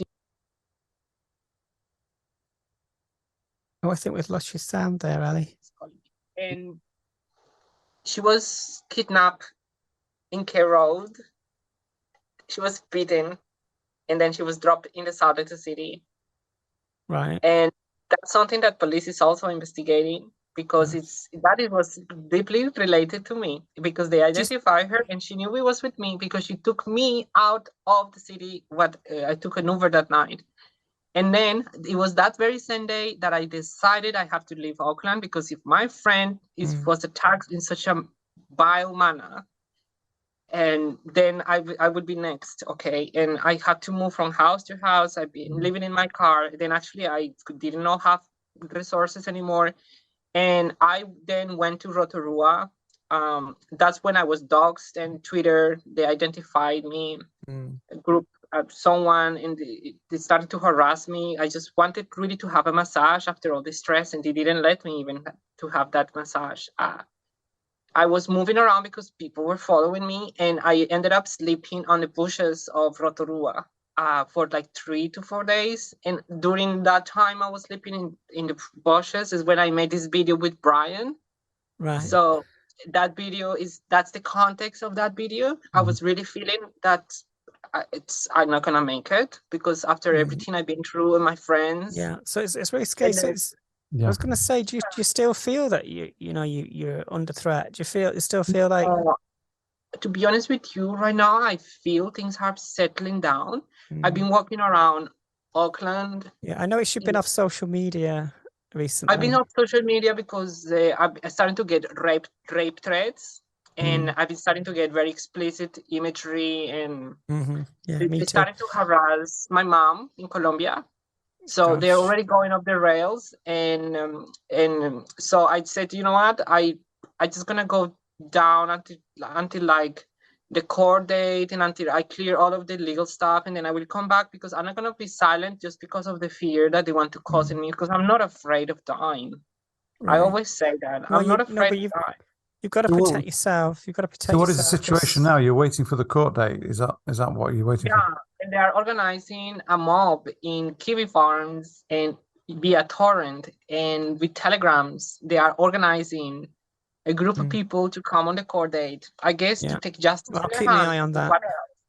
So I really hope that these people are not as deranged to really cause a big mess that day, but I am scared of that day, and I will be asking protection from police that day, because very bad things happen. I mean, this is another thing. The police don't always take these things seriously. You know, I've had to call the police. No, they did not. They did not. They just took it seriously just very recently, and that's really upsetting me. Because the police was unable to identify the isolated incidents of the things that happened to me, my friends. Another friend of mine was beaten by a neo-Nazi in Wellington. Well, okay, so this is an actual neo-Nazi that beat her. Well, we're seeing this in the UK as well. This is sort of the right wing really want to capture the police, and they want to turn, you know, because it's all this anti-woke stuff. You know, like they know the police have been traditionally trying to, you know, be inclusive, but it's just, you know, the police are such. I mean, it's really hard because I know police officers, and I know we've actually interviewed police officers on this podcast. But I think at the heart of the police is a misogynistic culture, and there's just no way of getting away from that. And that was one of the best when it was looking like, you know, they were including more. So the people that are interested to be police, like mostly men, are people that have a natural tendency to use violence to gain some sort of like change or aims, and sometimes even politically, because the same happened with the army. People that go to the army, men that go to army voluntarily, are either ultra-nationalists, which are just borderline fascists, or sometimes even Nazis. People that really just want to follow a tradition in their family of men going to military, which is I think is just a respectable thing to do. People that just don't have nothing else in life and just want something exciting, or people that just have a desire to be able to legally kill.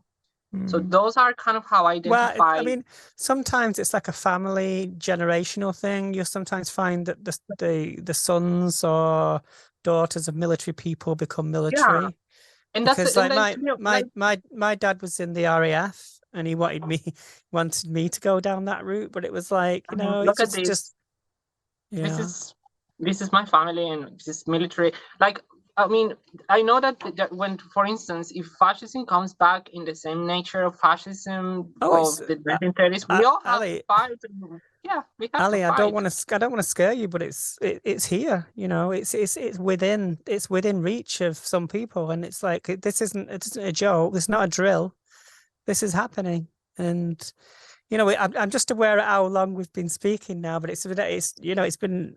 I just think this conversation is such a time capsule, and it's like I really appreciate everything, because you've told us so much about your life, and you're so generous with your time and your words, and I just want to say thank you for doing this, because I was really worried about you doing it, because I don't want to put pressure on you to talk about things that are traumatizing.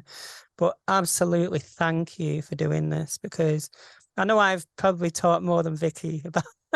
I normally do anyway, but have you got any more questions, Vicky? Because I think it's getting quite late. I think what we need to, you know, kind of end on is, you know, I know the court case is coming up, and that's probably quite stressful. I'm sure you're worried about that, but hopefully you've got a good legal team behind you, and you've got some help there. And you know, whatever happens with that, please remember that, you know, we do all support you. What you did was a very brave thing to do.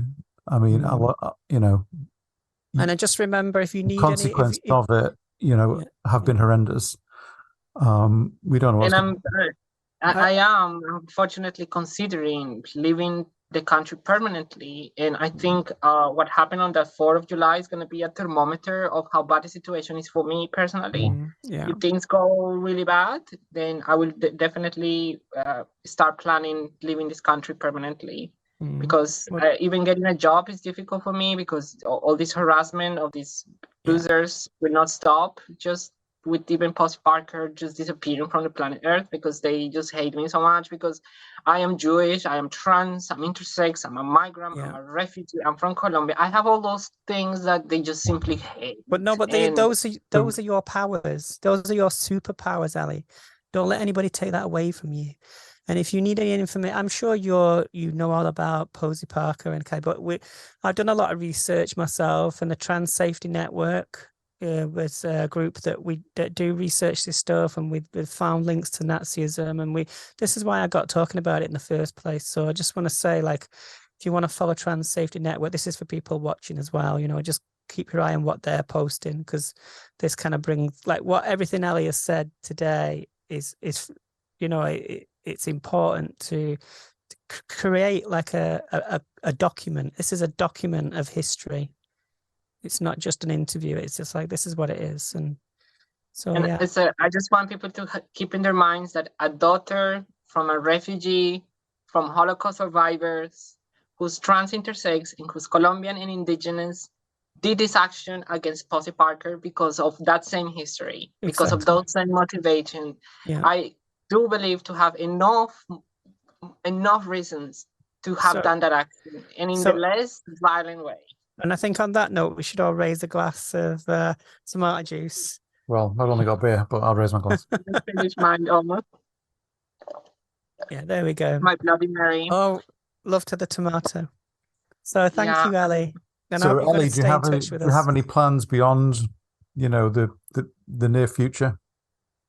So, as you all know, I'm unemployed, and it's very hard. It's gonna be hard for me to get a job, and this is something the Terps are rejoicing, because they're like, oh, we messed the life of this person, but they just don't know that I'm very resilient, and I've gone through so much shit in my life that this is just nothing. This is just another chapter of my life. I don't see Posie Parker in this situation as any relevant in my life, because this is absolutely nothing with what I've been through my entire life.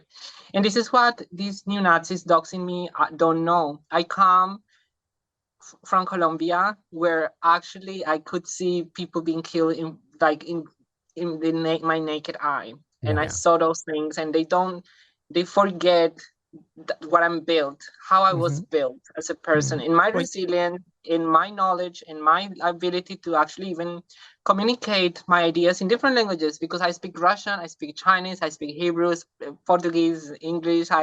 Because my life story has given me the skills to actually even communicate in different languages. It's not because I am a nerd with languages or so on. It's just because you've had to survive. My mom told me, they cannot take away from you your knowledge. They can take everything from you, your job, your citizenship. You become stateless. You can lose even your PhDs. You can lose everything. But your education, your knowledge, that's something that nobody can take away from you. And I thank my mom for giving me that advice, because yes, I've lost everything again, but I have all the tools to make it again alive, to make it alive again. But you know, Ellie, there's so many people going to be watching this that support you. And while we can argue whether what you did was right or whether, you know, you should have done it or not, you did shine a light on something that needed to be exposed, you know, and you're part of that. And we all part of this, because if I would have that action and we would not have the support of the protesters, things would go in a different way. Like this action. This is why protests are important. Yes. We've got to keep protesting. And what you don't know is that what has happened in the Rotunda, there was another protest by Brian Tamaki and Destiny Church, which is a Christo-fascist movement. Very dangerous in New Zealand. Very dangerous. They have the mobs and all of these motorbikes and all of that. They were planning to come from Aotea Square to Queen Street and then to Albert Park, and to crush all the protesters in between the Terps and them. the idea of this protest was not just to let women speak, it was to unite the New Zealand far right. Yeah. So that was the whole. I've seen that on the podcasts that were around it, because I started to look at New Zealand the far right in New Zealand, and I've seen some podcasts and people talking quite openly about trans people being pedophiles and things like that. So I knew this was happening. So yeah, and we always like to end on a positive, don't we, Vicky? So yeah, I mean, we're just going to send you as all the love. Ellie, thank you so much for doing this. I know it's very difficult to talk about these things for you, but yeah, huge thank you. Yeah, and power to the juice. Yeah, all juice. Power to the juice. Juice everywhere. Thank you. Wow. Yeah, thanks.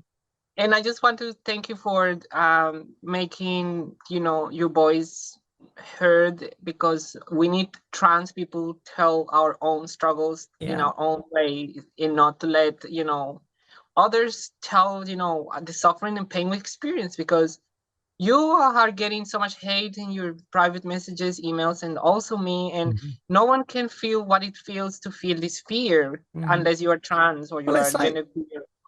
Exactly. I know if I check Twitter now, just right now, there'll be a message, like a horrible message from somebody. Yeah. It's just we come to accept it.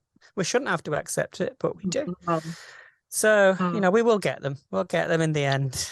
And then the good thing is that they tried for thousands of years eliminating us, and they haven't been able to, and we won't be able to, and we will not let them, and we are in the right side of history, and we will win this fight. And I know about that. And I know that tomatoes are going to be a sign or a symbol of trans, intersex, and non-binary liberation. I'm so sure about that. Well, thank you. So I think that wraps up a good interview. I think we'll sign ourselves off there. Thank you very much. We'll stop the recording now, I think. Yeah. So anybody who's watched, thank you for watching the whole thing. Please subscribe, please like, please come back again.